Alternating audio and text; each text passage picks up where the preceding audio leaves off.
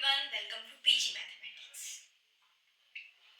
आज के क्लास में हम टॉपिक पढ़ने वाले हैं कि एफजेड को, जो हमारा कॉम्प्लेक्स फंक्शन एफजेड है, क्या कंडीशन हमें दी हुई हो कि हम एफजेड को कांस्टेंट बता पाए, हम श्योर कह पाए श्योरली कि एफजेड हमारा कांस्टेंट है। सबसे पहले ल्यूविल्स थ्योरम, अभी हमने जो लास्ट लेक्चर में सेकंड लास्ट में पढ़ी है, उसमें हमने बताया कि एंटायर फंक्शन है, वो एंटायर फंक्शन यदि बाउंडेड हो जाता है, कोई भी एंटायर फंक्शन बाउंडेड हो जाता है, तो हमारा फंक्शन है एफ जेड वो कांस्टेंट हो जाता है। ये हमने पढ़ा है। इसके साथ ही पिकार्ड लिटिल थ्योरम में भी हमने पढ़ा है, यदि अपनी रेंज में से वो मोर देन 1 पॉइंट ओमिट कर दे, यदि कोई entire function more than 1 point omit करे, तो वो फंक्शन भी हमारा कांस्टेंट फंक्शन हो जाता है।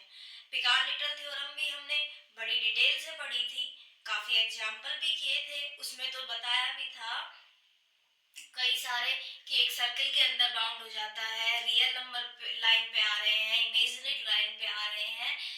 बड़ी एग्जांपल के थ्रू हमने काफी सारी चीजें वहां सीखी थी। उसके बाद ल्यूविल्स थ्योरम में सीख लिया, पिकार्ड लिटिल थ्योरम में सीख लिया। अब इसके बाद हम क्या करेंगे, कुछ छोटे छोटे से रिजल्ट्स हैं। हमें एफजेड है वो डिफाइन करके नहीं दिया, जब हमें डिफाइन करके देगा तभी तो हम कह पाएंगे एफजेड के बारे में कि भाई वो रेंज से हम चेक तो तभी करेंगे, ग्राफ दिया हो या कुछ क्लू दिया होता है, हमें कुछ हिंट होती है, तो कुछ ऐसे ही हिंट्स के बारे में और बात करेंगे। 2-3 हिंट्स है और 2-3 इस टाइप से हम रिजल्ट के फॉर्म में लिखते हैं, 2-3 रिजल्ट का हम करते हैं और एफजेड को कांस्टेंट हम किन किन रिजल्ट से लिख पाएंगे वो हम देखते हैं। तो सबसे पहला रिजल्ट है, और इनमें तो एक रिजल्ट ऐसा है, सब फर्स्ट में वही रिजल्ट कराती हूँ जिनमें दो फंक्शंस के कंपैरिजन से भी हम बता पाएंगे। देखो, पहला रिजल्ट है, और व्हाट्सएप चैनल है जो अपना, जहाँ पे हमारी वीडियोस की लिंक आती है, वो तो आप ज्वाइन कर लेना, कमेंट में पिन होती है उसकी लिंक। और अब हम लेके आने वाले हैं एक नया टॉपिक, लीनियर ट्रांसफॉर्मेशन वाला, उसकी इंफॉर्मेशन भी मिल जाएगी। इसके अलावा भी एक नई सीरीज के लिए काम किया जा रहा है, जिसमें एक नई सीरीज और लेके आने वाले हैं। देखते हैं कि कौन सा सब्जेक्ट होगा, आप लोग देखना, उसका अनाउंसमेंट व्हाट्सएप चैनल पे होगा। रिजल्ट है कि दो फंक्शन है हमारे पास, if fz and gz are two entire functions,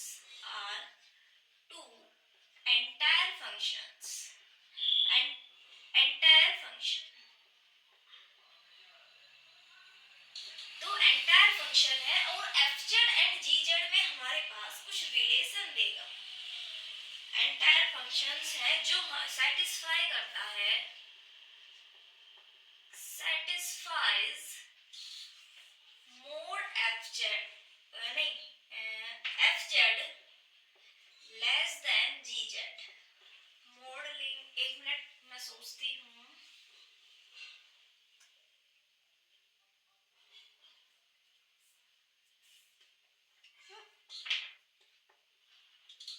हाँ, मोड fz है वो मोड gz से छोटा है, ऐसे ही लेंगे। हाँ, क्योंकि इसका जो प्रूफ है उसमें यही हो जाता है। यदि हमें दिया हो कि fz का जो मोड है वो gz के मोड से हमेशा कम आए, पूरे हमारे c कॉम्प्लेक्स प्लेन में, पूरे कॉम्प्लेक्स प्लेन में, साथ के साथ जो gz है, gz is not equal to 0 for all z belongs to c। पूरे कॉम्प्लेक्स प्लेन में gz तो कभी हमारा 0 नहीं हो रहा है और मोड fz है वो मोड gz से छोटा है, तब हम क्या कहेंगे, then fz is constant multiple of gz। fz है वो gz का कांस्टेंट मल्टीपल है, इस तरह से। यानी कि एक दूसरे को बस कांस्टेंट से मल्टीप्लाई किया है, बाकी फंक्शन सेम है। तो ये एक रिजल्ट है। इस रिजल्ट का हम हल्का सा प्रूफ देखते हैं। प्रूफ में कुछ नहीं है, अभी तक हमने जो थ्योरम्स पढ़ी हैं, इनइक्वालिटीज पढ़ी हैं, उन सब का ही यूज करके हम थ्योरम्स का ये छोटे छोटे रिजल्ट उनसे ही निकालते हैं हम बेसिकली। क्योंकि उस थ्योरम में तो सिर्फ हम इतना बस थ्योरम सीधी सीधी अप्लाई करनी होती है, हम अप्लाई कर लेते हैं। इनइक्वालिटी अप्लाई करनी है, अप्लाई कर लेते हैं। लेकिन वहां से कंक्लूजन निकाल के ये चीजें यदि हमें सामने दिखती हैं तो हम डायरेक्ट करते हैं। तो इसी तरह से है ये। सबसे पहले इसको प्रूफ करने के लिए मैंने एक एच जेड फंक्शन माना, F Z by G Z. ठीक है, मैंने फंक्शन डिफाइन किया नया। मैंने ये फंक्शन डिफाइन किया है H Z F Z by G Z. देखिए दोनों फंक्शन एंटायर हैं। जी जेड है वो गिवन है कि जीरो नहीं है, जी जेड हमारा जीरो नहीं है, और तो डिफाइन होने में कोई दिक्कत है नहीं। तो फंक्शन के डिफाइन होने में कोई दिक्कत नहीं है, यानी जी जेड नॉन जीरो है। और ये भी फंक्शन एंटायर है, ये फंक्शन भी एंटायर है, तो ये फंक्शन भी हमारा एंटायर होने वाला है। ठीक है, दोनों फंक्शन के एंटायर होने से ये फंक्शन भी हमारा एंटायर होने वाला है। साथ के साथ ये वाली कंडीशन दी है कि मोड एफ जेड, देखो mod F Z less than mod G Z है। इसे लिख सकते हैं mod F Z by G Z less than 1। हो गया यहाँ से। तो साथ के साथ क्या हो गया, मोड एच जेड, ये क्या है हमारा एच जेड ही तो F Z by G Z, H Z का मोड लेस देन 1 है, एच जेड का मोड लेस देन 1 है, फंक्शन एंटायर है। तो क्या यूज करेंगे हम, क्या यूज करेंगे, ल्यूविल्स थ्योरम।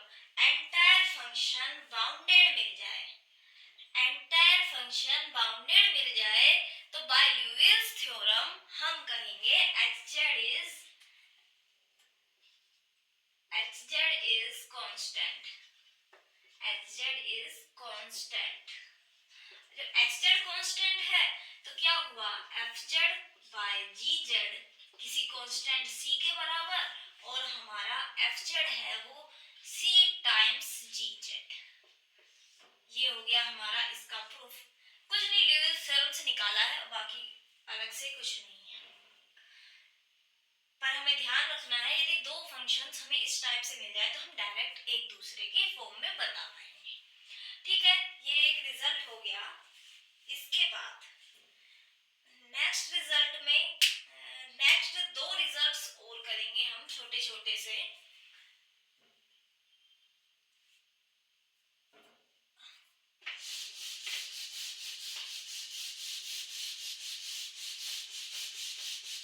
दो रिजल्ट्स और करेंगे एफ जेड को लेकर। हम एक फंक्शन लेंगे एफ जेड, वहां से हम उसे कांस्टेंट बताएंगे। देखिए कैसे। पहला रिजल्ट है एफ जेड एक एंटायर फंक्शन है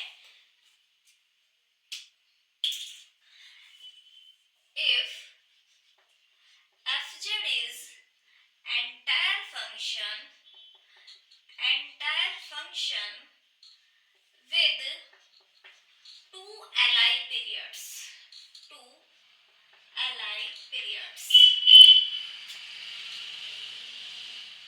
पीरियोडिक फंक्शन है fz, उसके पास दो li periods हैं with over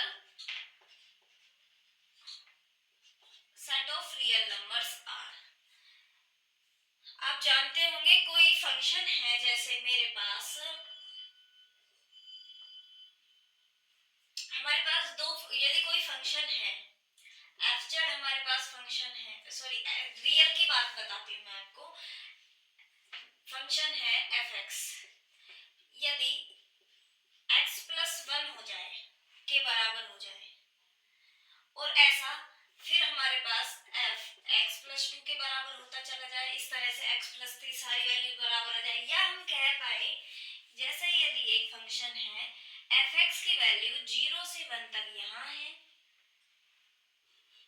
सॉरी क्या बताया मैंने, 0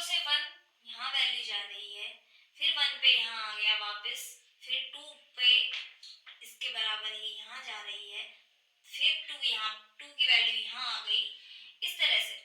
यानी कि एक इंटरवल के बाद फिर वही सेम चीज रिपीट होने लगे यदि हमारे फंक्शन के पास, तो ऐसे फंक्शन कहलाते हैं पीरियोडिक फंक्शन।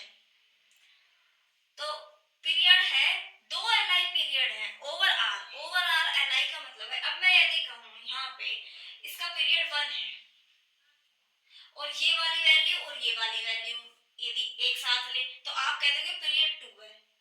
लेकिन ओवर आर तो दोनों क्या है, 1 और 2 को 2 से मल्टीप्लाई करेंगे तो यानी ओवर आर दोनों एल नहीं है। जैसे आयोटा और 1 और आयोटा है या 2 और आयोटा है, ये कैसे है, एल है ओवर आर। आर में से कोई नंबर लेके हम नहीं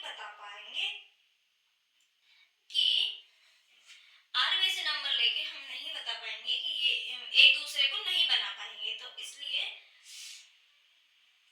ये क्या है, ओवर आर एल आई है। तो ठीक है, हम अपने रिजल्ट पे आते हैं। पीरियोडिक फंक्शन हमारा बताने का काम नहीं है फिलहाल, जिस टॉपिक पे चल रहे हैं उस टॉपिक की बात करते हैं। तो ये कह रहा है एंटायर फंक्शन है जिसके पास दो एलाइड पीरियड है over R, then allied linearly independent, वही वेक्टर स्पेस वाला एलाई है same. Then FZ is constant.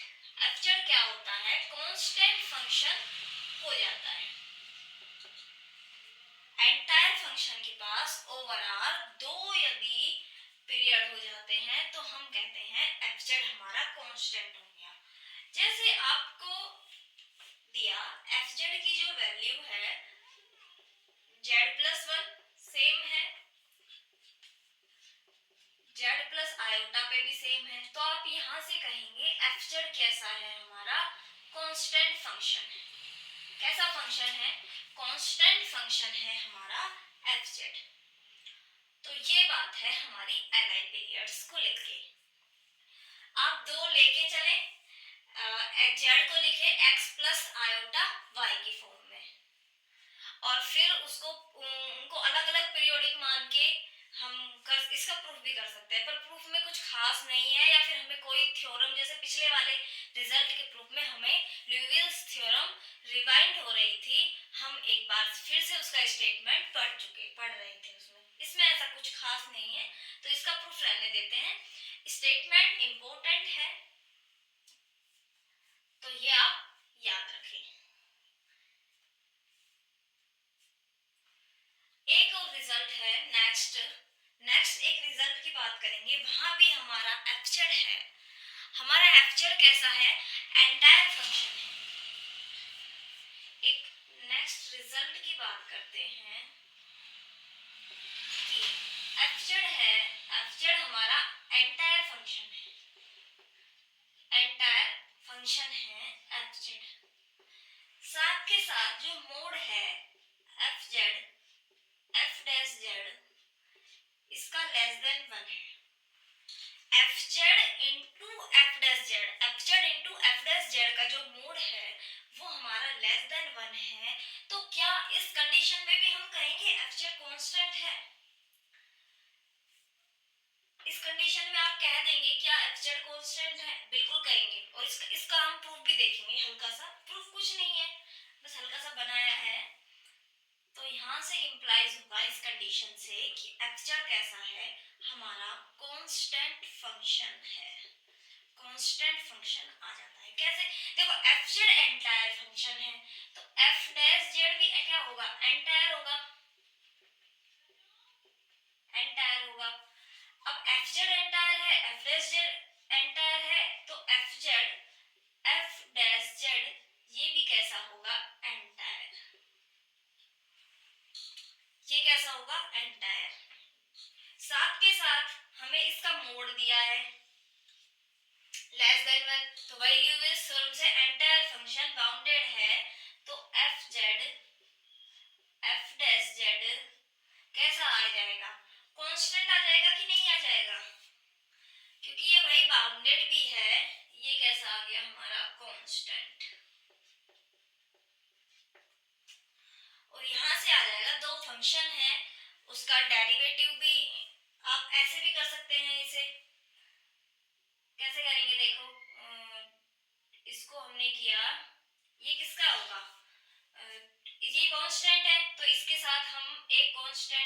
पे ट्रीट मल्टीप्लाई कर सकते हैं ना, F Z one F Z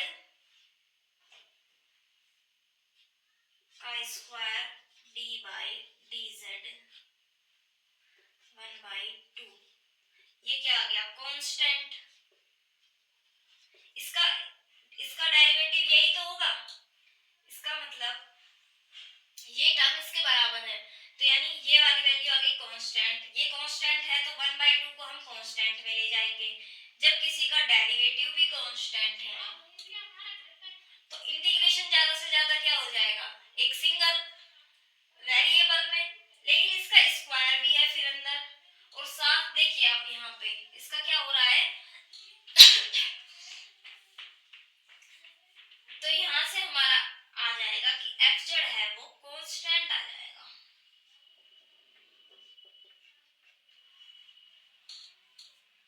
constant आ जाएगा।